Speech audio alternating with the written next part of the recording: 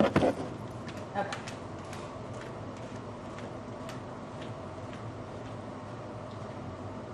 So this is STEM in every classroom. And we're going to go over the learning objectives that we're going to talk about that. So we're going to actually talk about what STEM is, in case we don't know what all the acronym stands for. A lot of times we're really heavy on a couple of these and we forget a couple of the other parts in our classrooms. We're going to learn how STEM materials and projects can aid in language development.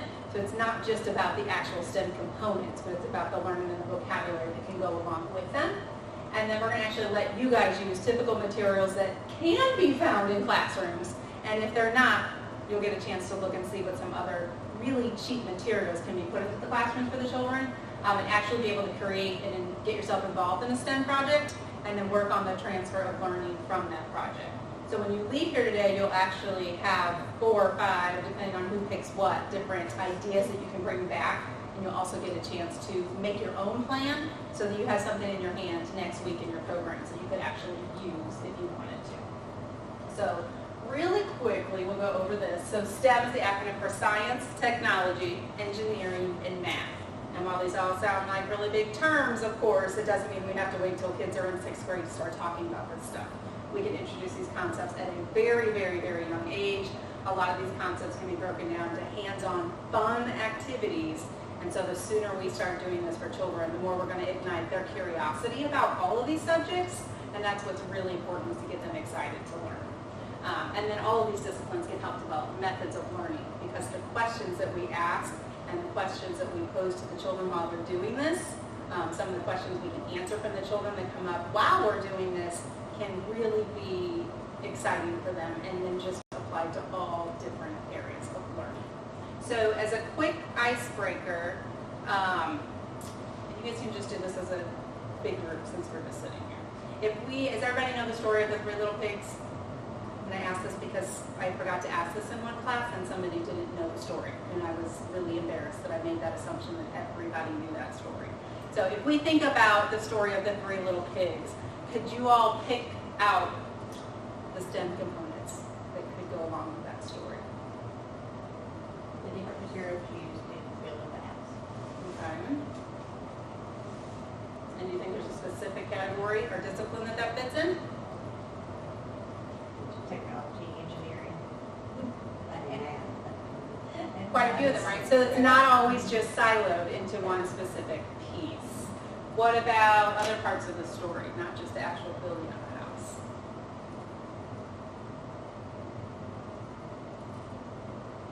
Like the science of how the buildings stood against the wind, the force of There it. we go. We got the concept of wind.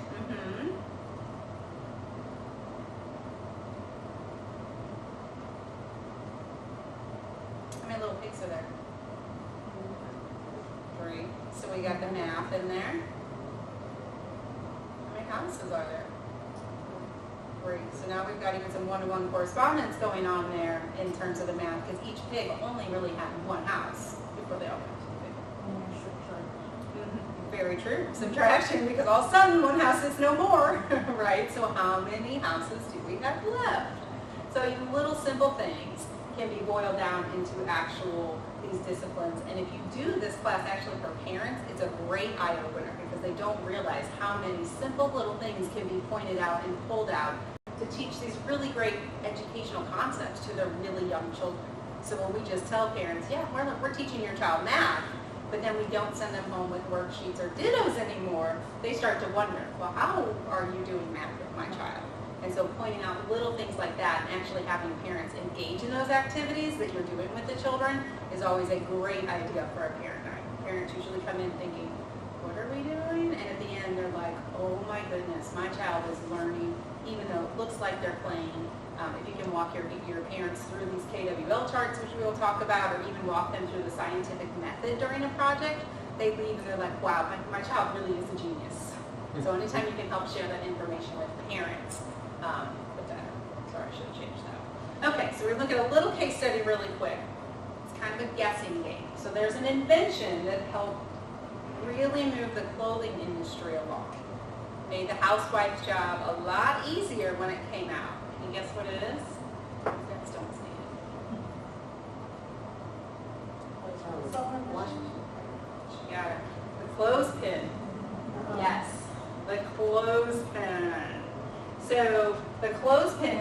in its old form. I don't want to misstate my dates here, so I'm actually going to look that one up really quick.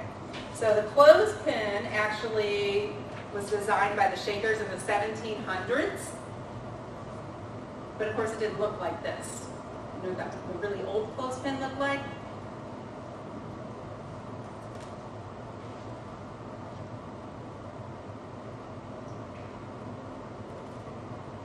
Didn't have the little spring in the middle of it.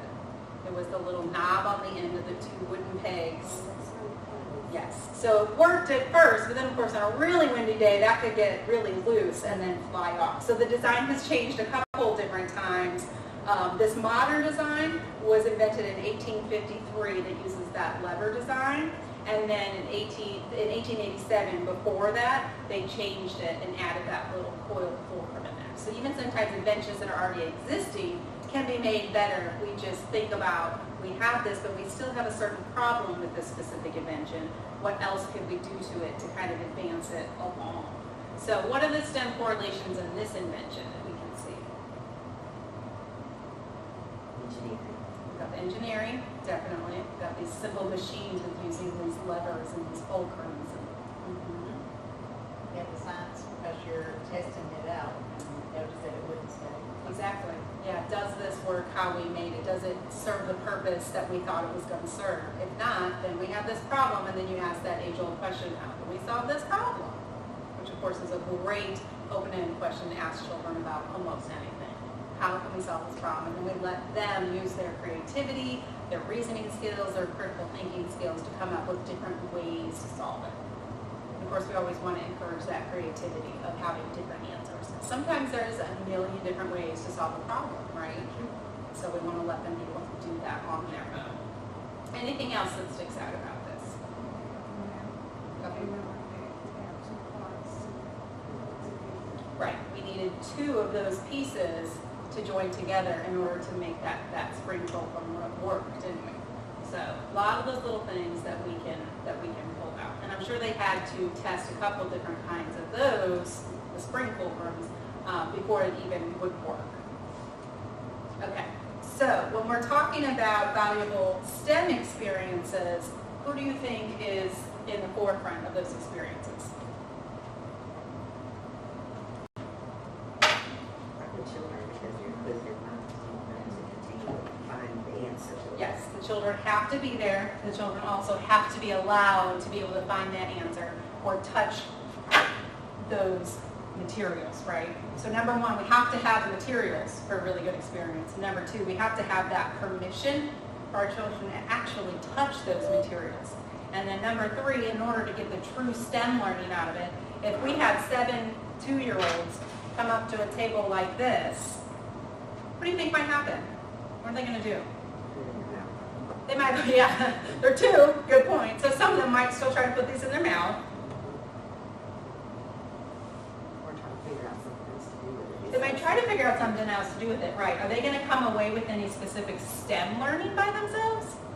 Probably not so much, right? Same thing, right? Yeah, do I put these in my mouth? Do I try to take these apart? They might do one of these things with it. If you go fast enough, it makes a really cool sound, right? I don't know. I might, you know, this is kind of cute. If I could get them to line up and I'm a little girl, I'm going to make a little necklace out of them. So who does that signify has to be in this picture for a true experience? The teacher. Because we are going to guide this experiment and this exploration, aren't we? Works the same way in math. They did this study once where they had about 100 children in those little counting bears. 50 girls, 50 boys. What do you think the boys did with them? Yep. They fought each other. The bears were fighting. What did the girls do with them? Some of the girls sorted them, lined them up, and a lot of the girls made their little bear families because some of the bears are big and some of the bears are little. So now we've got the mama bears and the baby bears. But is there any inherent math learning and true understanding that comes out of that?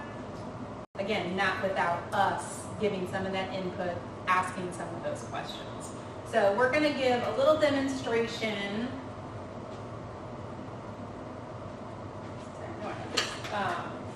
about a true STEM experience. And we're just going to take a quick look at what we have on the table. So we've got 3 sets of lights. These are just regular Christmas lights. This one has 8 of them on there. This one has 2, and this one has 4. And then we have just some random different sizes and volts of batteries. So what we always want to start with is wondering what the children actually know, because the greatest experiences come from being on their level, right? So we want to actually figure out, what do we already know about lights and batteries? So put your kids' hats on for a minute. Pretend like they're little children. And what do you think some children would say that they know about the materials on the table? Okay.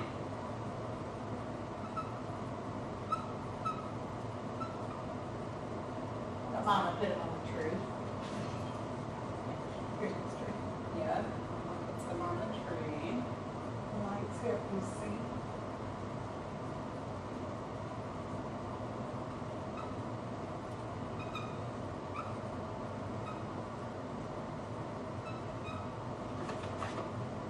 Batteries that Mama says don't play with them. All right, you know what, we're gonna add that. Oh, I can't spell mama. Says, don't play.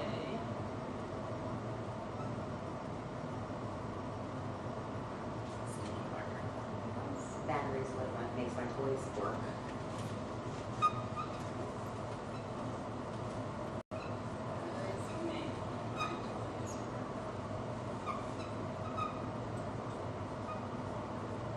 Okay, so these are the children's answers, and what we're going to encourage you guys to do is just pick out a few words, and we know, this is going to be different for every class that you do. Steal a marker, and we're going to look at the children's answers and pick out a few words that are simple words, most likely tier 1 words that the children are using. So in this case, we might say bright is one of them. And we're going to put this up on our little web wall, our little word web wall that we're going to call this. I'm going to say work. You said batteries help make my toys work. We'll do one more. We're going to use the word see. So we're going to come back to that later, but we always want to keep in mind that we are always trying to push vocabulary on the children. More higher level vocabulary, our tier 2 words, our tier 3 words. Children will repeat anything they hear, right? Good or bad. So if they don't hear any more sophisticated words, they're going to continue to use these tier 1 words. So we're going to show you how we can kind of pull this out just in our demonstrations and our explorations, how we can move them to that next level. So the next question that we always want to know about children, because we don't want to make assumptions, we might have a plan about certain concepts that we want to push, but we also want to know, what are the children interested in? What do they want to know?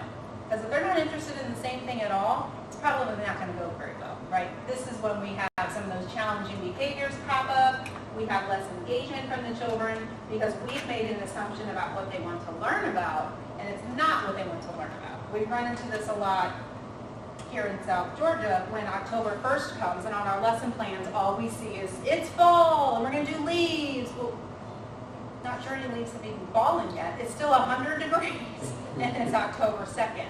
So would that really be relevant to the children's interests right now? So we want to make sure it's relevant to their interests. So pretend again that you're the children, and what would you want to know about what's on the table right here? If we're talking about these lights and batteries, what do we want to know? How is it going to work without no plug? Okay. So how would, maybe a little bit, how will lights work without a plug? Are the lights going to change colors? Do you know the answer to that? We will have to find out.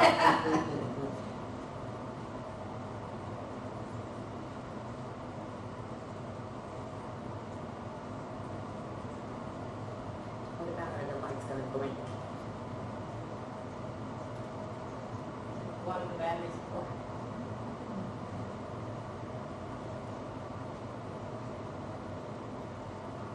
I'm gonna change that one a little bit because I feel like they would also say, where do the batteries go? Like, where's that pocket of where the batteries go?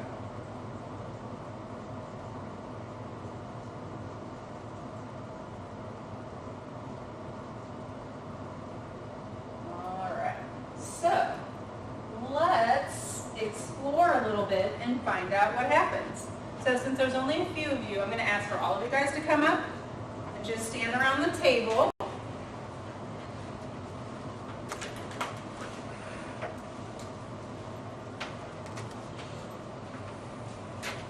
Remember, we want all of these as much as possible to be hands-on. So we're gonna let you guys do some exploring. And I will say, in this class, we want to give everybody the caveat that a toddler could come up and do this. It's not dangerous. They're not going to get hurt. They're not going to get shocked. If you're not a science person, which I really wasn't, you might really not understand that it's not dangerous. But it's not dangerous, I promise. So does anybody want to be the first one to see if they can figure out how this works? She's going to grab a long string of lights. And how do you think we could maybe make these lights light up?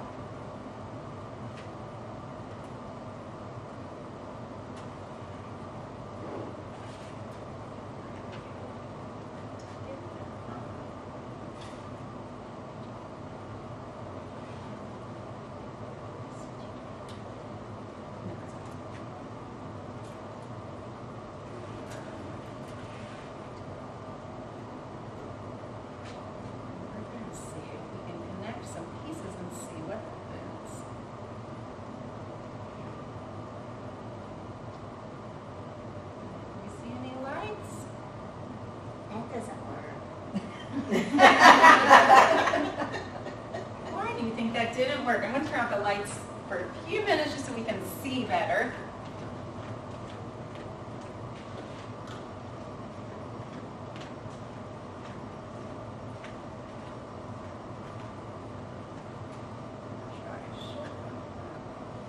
Let's see. What did you see happen? Excuse me.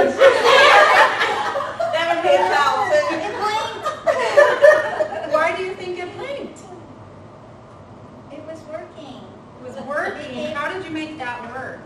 I put this one here, that one there. Yeah, okay. Do you know what these are called? Those are Wires. called terminals. So there is always a positive and a negative terminal, and you just attached one end to the positive and one end to the. What's happening over there? Look at her face like, well, I just did.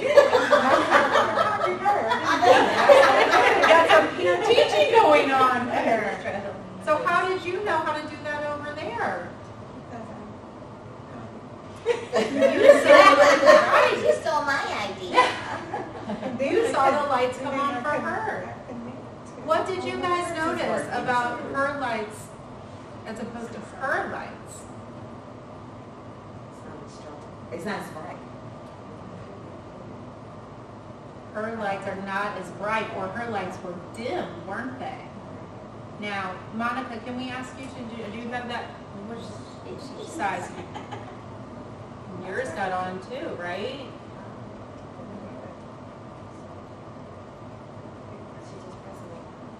So you're finding out that each battery has a positive and negative terminal, right? Right. Yeah, there you go. Now let me ask you a question.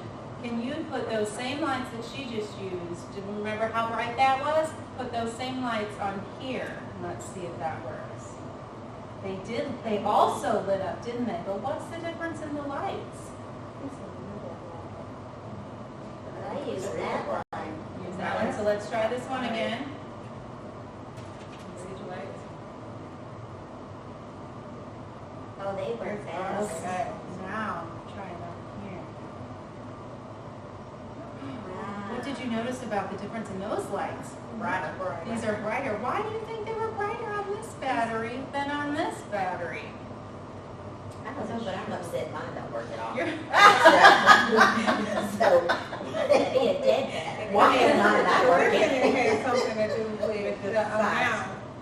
The amount. Maybe the amount of light. Yes, this has. Okay, so let's test that again. You saw how bright that was on this one, right? So now use your longer with more bulbs, and it's a little more dim. So we found out that if you use the same battery, the one with 2 lights is brighter than when we connect the one with 8, right? Why do you think that is? We're trying to that. Well, we have different Let's ones. see. But because it's got more than this, but less than that. Okay. Does it have to be bent or it needs to be straight? These get frayed sometimes.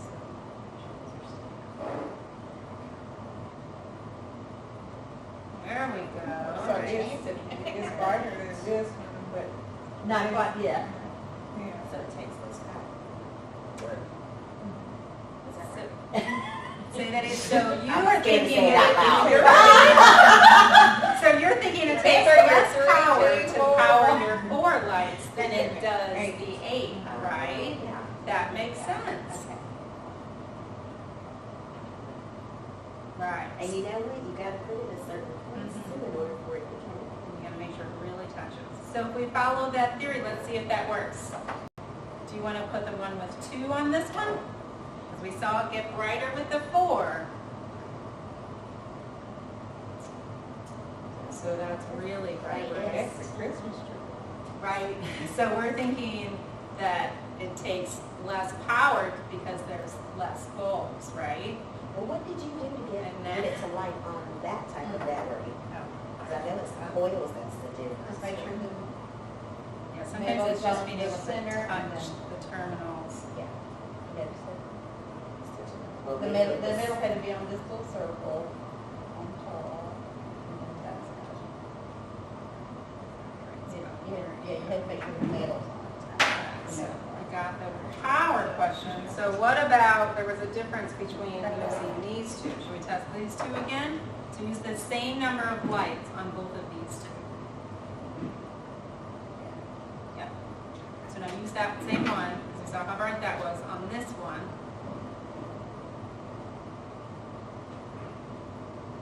Go. This one. Right, it's right, nominal. So this one's bigger, but this one made it brighter. Why do you think that is? That one's strong. Stronger. There's something in it. It It's does. better than that. Do you know what that's called? That's the voltage. So this one might be smaller, but there's more voltage in this one. That's why they call this a 9-volt, and they call this a 6-volt. So the higher the voltage, the brighter the lights, as long as it's the same number of lights.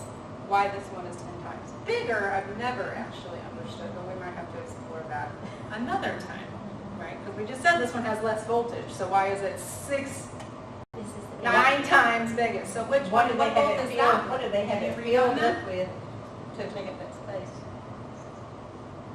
That says 1.5 volts. So what do you think is going to happen if we do that same number of lights on there? That's not It's very gonna be very dim.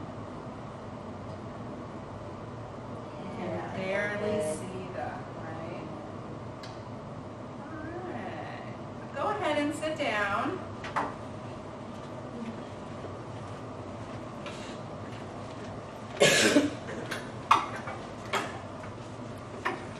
Losing my chart. So let's come back to our KWL chart and talk about what did we learn? What did we learn by playing with those? Doesn't matter what size it is, it's smaller, could still be stronger. Okay, so a smaller battery can be stronger than a bigger one. Okay. What else do we learn? You don't have to have a lot of lights for a bunch of color.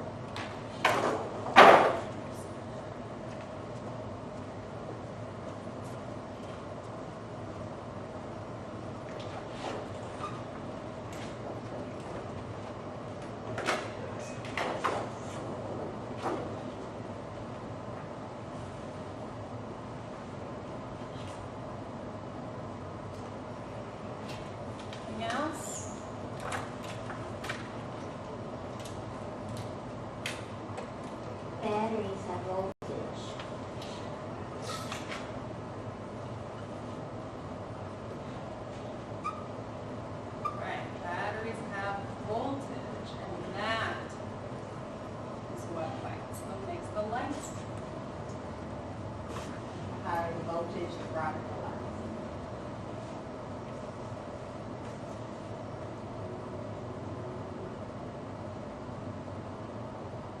All right, say it one more time.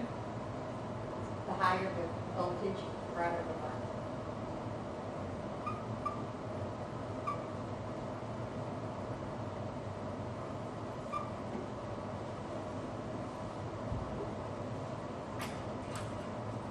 Okay. So now we just kind of proved the learning for these children, right? Because we could show right up here that they didn't know any of this before. And at the end of just this little playtime of 6 different things on a table, we've shown that they've actually increased their knowledge in this realm. The other thing we've noticed is we've introduced some other words. So we didn't list it in there, but the word dim came up.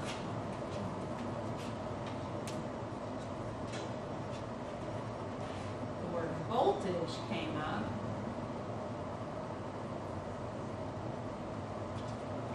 That's a big one, right? Any other words that we heard? What about battery? Because a lot of children in the South say battery instead of battery. And a lot of children may not even actually know what these are because, you know, they're all like heavily bolted into toys these days where you need 5 screwdrivers to even get them apart and change the battery. All they know is that my toy doesn't work anymore and they bring it to mom and dad and we switch the battery real quick and give it back to them. So they maybe haven't even ever seen a real battery. They just think they flip a switch and it works.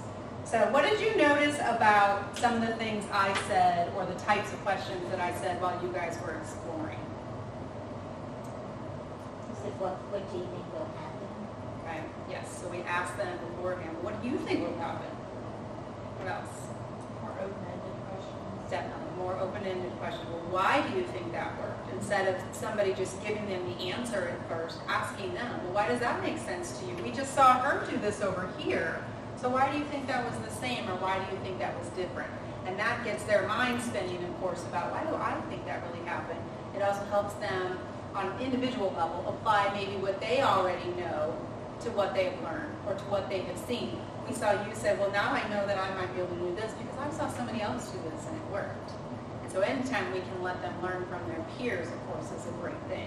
So could I have stood up here for 10 minutes and said, look, this one has 2 lights. I'm going to put it here on each of these terminals and do that, and I'm going to do this. And because this is longer, it's not going to be as bright, so I'm going to show you do that. I could have done that for all the kids sitting here in my group time for 20 minutes probably, right? But is that as exciting as letting you guys come up and test that at the same time? Just thought of another word.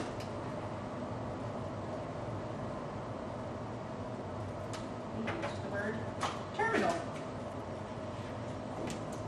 So I probably should have put these differently. Did I forget that part, Monica, Pam, you guys know what I'm for? I should probably put the tier 1 words, you know, down on level 1 and the tier 2 words up on level 2. What about test? Because you use that word quite a bit. Yes. And of course, that's going to come up a lot. Well, let's test that. Let's test that. Let's see if that actually is true. Or let's see if that actually happens. So this is just, of course, a more hands-on way to get that exploration and learning in. The end result, we always want the end result to be the same. We're trying to get information, we're trying to get them excited, but doing it in this fashion rather than just, okay, there you go, it's over there. They're not going to come to the same conclusion.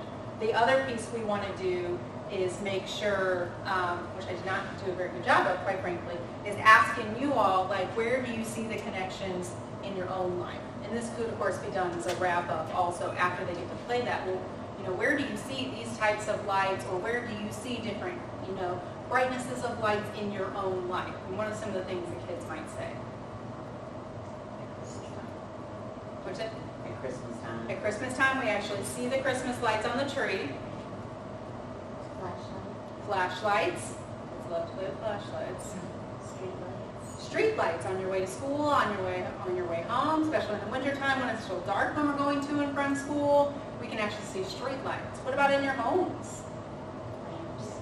We've got lamps, Night lights. night lights. That's a good one. So we want to make that real world connection to them, because now we know how it works. Well, how does this apply to me?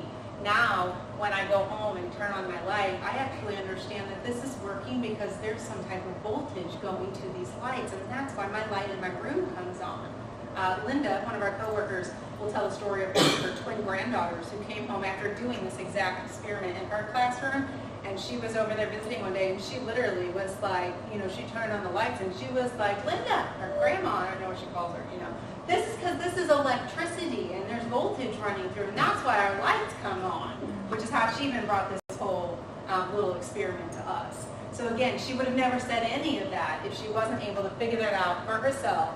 If her teacher didn't make her excited about, look, we just talked about all these really cool concepts like electricity and voltage, and guess what? It happens in your world at home too, because then they will want to point those things out, hopefully to parents who will listen and continue that questioning with them, or they're going to be tugging on the sweater, Mom, voltage, voltage, voltage. That's what we want them to do. Go home and bug your parents with all the stuff that you learned, so that they will talk to you and keep extending that. So thank you for doing that with us. So some just effective teaching practices, and we're going to go through these a little more, is making sure that it's intentional, making sure we're teaching for understanding. If we don't ask some of those questions to reiterate, why do you think that did work? What does that mean? Did this test work? If we let them walk away and we're not sure that they understand, then we're not sure we got anywhere. Encouraging that inquiry. We want them to be excited. We want them to ask some more questions, and just make sure all those open-ended possibilities are given to them. And then providing those real-world contexts. So remember, it's just more than numbers, computers, and magnets set out in a classroom for them to just play with on their own. It's fun, but it's not as intentional unless we are there. So intentional teaching, that of course is that teaching based on a plan or has a purpose. So in this case, this is just a demonstration, but in your class, you would choose the demonstrations and the activities that are coming from somewhere in the first place, hopefully a lot of their interest, or that has a purpose, not just some random, like we were talking about, okay, well, it's October 2nd, so we're going to do this experiment with leaves changing colors, and it's all going to be fake because we can't even get a leaf yet because it hasn't fallen. We want to make sure it has a plan and has a purpose, and of course, on the developmental level, tied back to those standards and those levels that your children are at. Touching with the real-life application and meaning to the child. Again, it's really hard in class, of course, who knows how many people we have in our class, to touch each and every child with specific meaning, but that's why we always also say it doesn't have to be every child. You can call a couple people over at a time. You can ask the children who are interested, point out these are the things we have in our science area today to explore. Who wants to come and explore with one of these? Naturally, if they come over to do it, that shows their interest. And then among our questioning and our getting to know them and our relationship with them, our conversations during that activity, we're going to be able to have a little more meaning and a few more clues to pull out of how we can connect it to that child. And then also our intentional teaching wants to help move that child to the next level. We need to know where they're at. A lot of that comes from our assessments of children, utilizing the GELDS and knowing which standards and indicators where they're at, so that we can help get them to the next one. So teaching for understanding means teaching at their level and step up. So that's one of the reasons why we want to ask them, what do they know? What do they understand? If we are way over their head, chances are we're not going to help them grow. We want things to be challenging, but it has to be at a level enough where they have a connection to it. If it's too hard, we give up. If it's too hard, we get frustrated. If it's too hard, we have, again, some of those challenging behaviors arise. Because if this item or this material is too hard for me to figure out what I'm even supposed to do with it, I might start throwing it across the room, hitting my friends with it, or using it in an appropriate manner. So we've got to find that balance of having it be challenging yet achievable so that it's not way over their head. And then the main point is it requires the child to be doing the doing, and the teacher should be there supporting, interjecting, conversing, pushing in that language, trying to pull it back out, asking those questions, and really celebrating the learning and the discoveries that the children are having themselves. If we are doing all of the doing, then what are the children doing? Probably getting a little bored too, right? So the children should be doing the doing. It sounds a little strange, but Encouraging the inquiry, we want to make sure there's that hook for the child. In a lot of cases, in this demonstration, it's going to be the Christmas lights themselves. But we also have to realize that culturally, that may not mean anything to the child. They may not have Christmas lights at their home. Most of them have probably seen them just in the community, so that might still be a little bit of a hook to them. But we just want to really recognize that it's not always a one-size-fits-all. It's not, that hook is not always going to be the same for every child. Like I said, I did this class when I brought up the Three Little Pigs story, and I literally assumed, why would I ever have to explain the Three Little Pigs? And this teacher was like, I don't know that story. Now, at the end of the class, she already had plans and a list of like 50 different little fairy tales and stories to go check out from the library because she really liked the story. But that inquiry hook for her was kind of missing, because when I went over to the table when they were building these little houses for the Three Little Pigs, she was kind of just, what did she try to make? She tried to make something, and one of her group members were trying to tell her, like, what, there's no whatever this piece was. Well, that's not how the story goes, and that's how we found out. She's like, what? Well, I don't know what you're talking about. Like, I don't know this story. So we do have to be careful about that. Encourage curiosity about how things work. We take so much for granted about how things work. We want children to actually start to understand how things work, be excited about how things work. That might open up a lot of children to entire fields of study that they want to be in 10, 15 years from now, if they have the curiosity of how things work. We have a huge culture of a given right now. Doesn't matter how things work, why it works that way, what makes it work that way, what blood, sweat, and tears is put in for the people who actually make these products. It's just, I'm given this thing and it works. Oh, and I get really upset when it doesn't work also.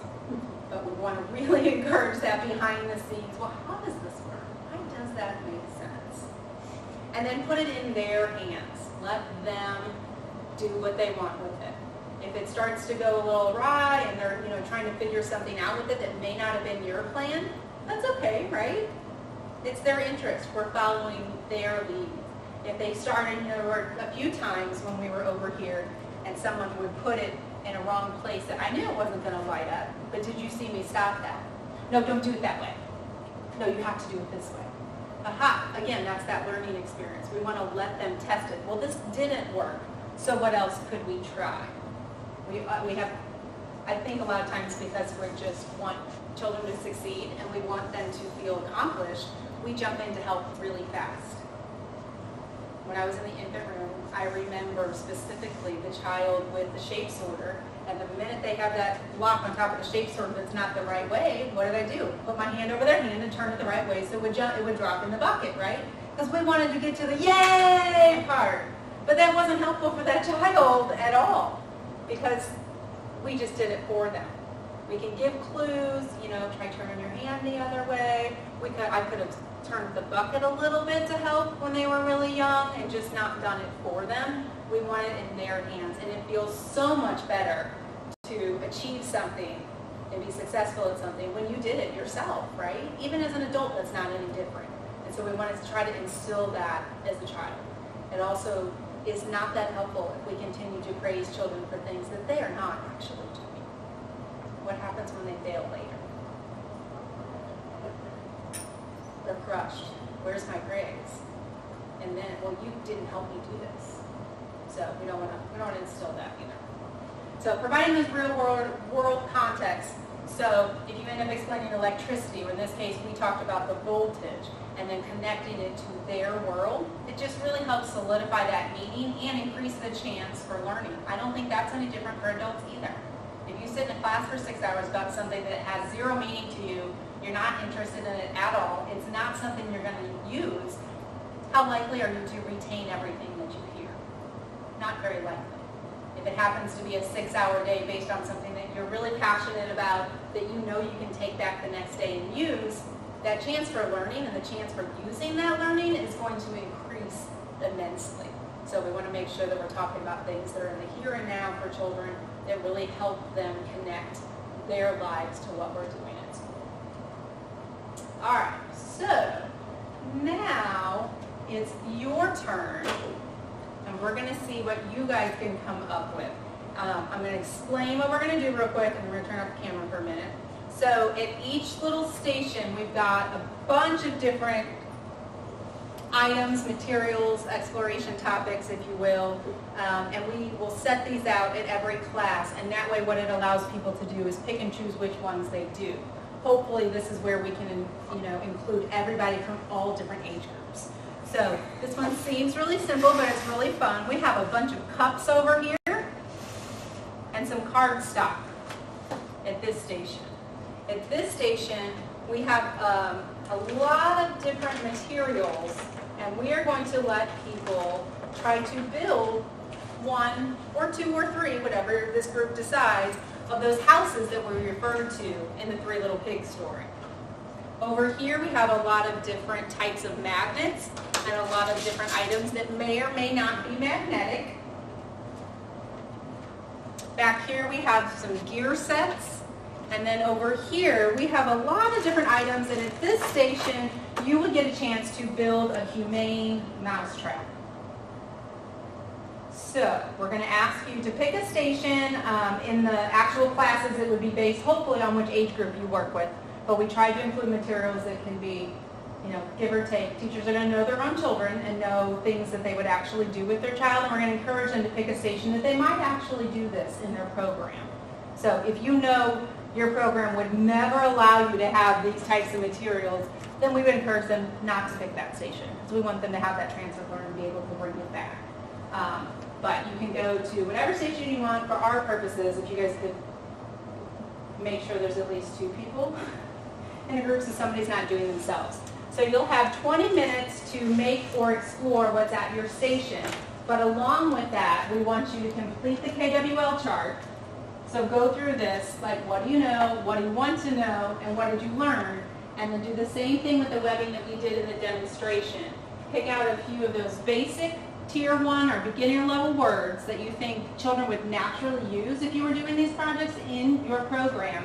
And then during the course of your experiment or your exploration, there's a resource on here which is 101 Tier 2 words in English and Spanish. So during the course of your exploration, if you can try to come up with 5 words that you could use to push in and pull out during this exploration, and then put those on the web as well. Any questions about the directions? Okay, let's stop the video so it doesn't just record y'all doing this the whole time.